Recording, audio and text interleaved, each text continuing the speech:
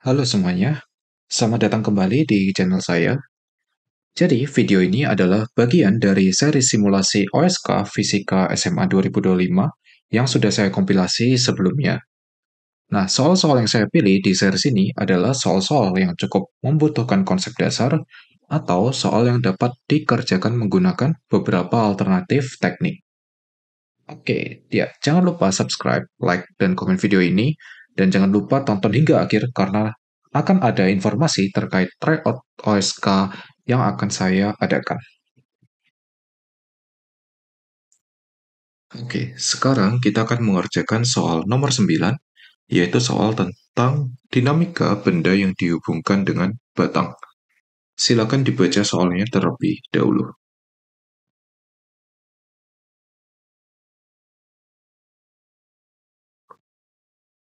Oke, untuk soal ini, perhatikan bahwa nilai dari sudut bidang miringnya itu masih belum diketahui.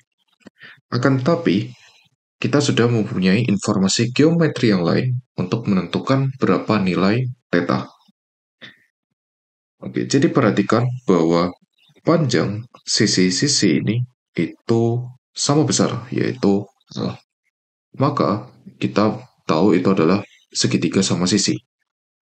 Jadi ini sudutnya 60 derajat, ini sudutnya 60 derajat, dan ini juga 60 derajat. Karena ini tegak lurus, berarti tersisa bahwa ya theta sama dengan 30 derajat. Oke, jadi itu informasi geometrinya. Kemudian, kita akan mulai dengan kinematika. Jadi, di sini sistemnya tidak setimbang ketika dilepas. M1 dan M2 akan bergerak. Misal, M1 ke atas dengan percepatan A1 dan M2 turun dengan percepatan A2. Untuk constraint-nya di sini adalah ketika bergerak, panjang batang harus selalu konstan. Oke, untuk hubungan percepatannya, di sini kita menggunakan suatu konsep. Jika kecepatan sudut batangnya 0, maka percepatan sejajar batang akan sama. Jadi di sini, percepatan sejajar batang akan sama hanya jika kecepatan sudut batangnya 0. Jika kecepatan sudut batangnya tidak 0, ya, untuk hubungan geraknya itu nanti agak sedikit rumit. Kita mulai percepatan 1 yang sejajar batang adalah A1 dikalikan cos dari 60. Oke, karena di sini sudutnya juga 60 derajat. Dan untuk A2 itu juga sama, sudutnya 60 derajat, sehingga A2 cos 60 derajat. Yang berarti percepatan A1 sama dengan A2. Persamaan pertama. Dari sini kita bisa lanjut ke diagram gayanya. Oke, kita bisa gambar gaya berat M1G, kemudian M2G. Di sini akan ada gaya normal,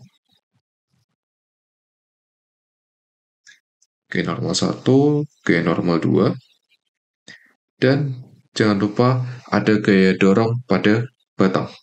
Ya, karena dia batang, maka bisa gaya dorong atau gaya tarik. Untuk kasus ini, dia gaya dorong, jadi arahnya ke sini. Oke. Oke, kemudian kita bisa buat persamaan gerak, mulai dari persamaan untuk M2, sigma Fy sama dengan M2A2. Ya, A2-nya ke bawah, berarti kita punya M2G min T, kemudian perhatikan sudutnya 60 derajat, berarti cos 60 derajat sama dengan M2 A2 persamaan 2. Kemudian kita tinjau M1, berarti sigma F sama dengan M1A1. Oke, arah geraknya ke sini. Sehingga Persamaannya adalah T cos 60 derajat, kemudian min M1G sin 30 derajat untuk tetanya tadi. Nah, ini akan sama dengan M1 A1, yang mana A1 adalah A2. Jadi, kita mendapatkan persamaan 3. Dari sini, kita bisa lakukan eliminasi A2 dari persamaan 2 dan 3. Nah, kenapa kita eliminasi A2? Karena yang dicari adalah T. Oke, di sini persamaan 2 akan kita kalikan dengan M1 dan persamaan 3 akan kita kali dengan M2. Sehingga kita akan mendapat persamaan berikut. Oke, persamaan 2 dan persamaan 3 yang sudah dimodifikasi. Dan dari sini kita bisa kurangi dua persamaan tersebut untuk mendapatkan T. T-nya sama dengan 3M1M2G per M1 plus M2. Dan jika kita masukkan nilainya, akan didapatkan T sama dengan 20 Newton. Ya, semoga video ini dapat membantu kalian memahami soal yang tadi dibahas. Dan ya, saya akan mengadakan tryout dengan 40 soal beserta solusi dalam bentuk teks dan video.